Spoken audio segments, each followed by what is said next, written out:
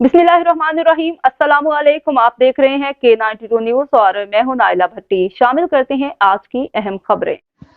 थाना ख्वाजा अजमेर नगरी पुलिस की कार्रवाई। स्ट्रेट क्रिमिनल भत्ताखोर इंतहाई मतलूब मुलजिम गिरफ्तार। मौका से असला इम्यूनेशन बरामद। थाना ख्वाजा अजमेर नगरी पुलिस ने स्ट्रेट क्रिमिनल भत्ताखोर मुलजिम के खिलाफ कार्रवाई करते हुए एक जर पिस्तौल 30 बोर बमा 3 राउंड जिंदा बाला नंबरी बाला लाइसेंसी बरामद किया। मुलजिम गुलाम रसूल वल्द अल्लाह रेनू के खिलाफ थाना हज़ाम में मुकदमा इल्ज़ाम नंबर 15/2024 बजुर्म दिफा 231 ए सिंध आर्म्स एक्ट 2013 दर्ज रजिस्टर किया गया। मुलजिम मतलूब है और मुलजिम के साबका रिकॉर्ड से मालूम हुआ कि मुलजिम बाला भत्ता में मुलविस है। मजीद इंटेरोगेशन जारी है जो कि कई वारदातों का इंकशाफ कर सकता है।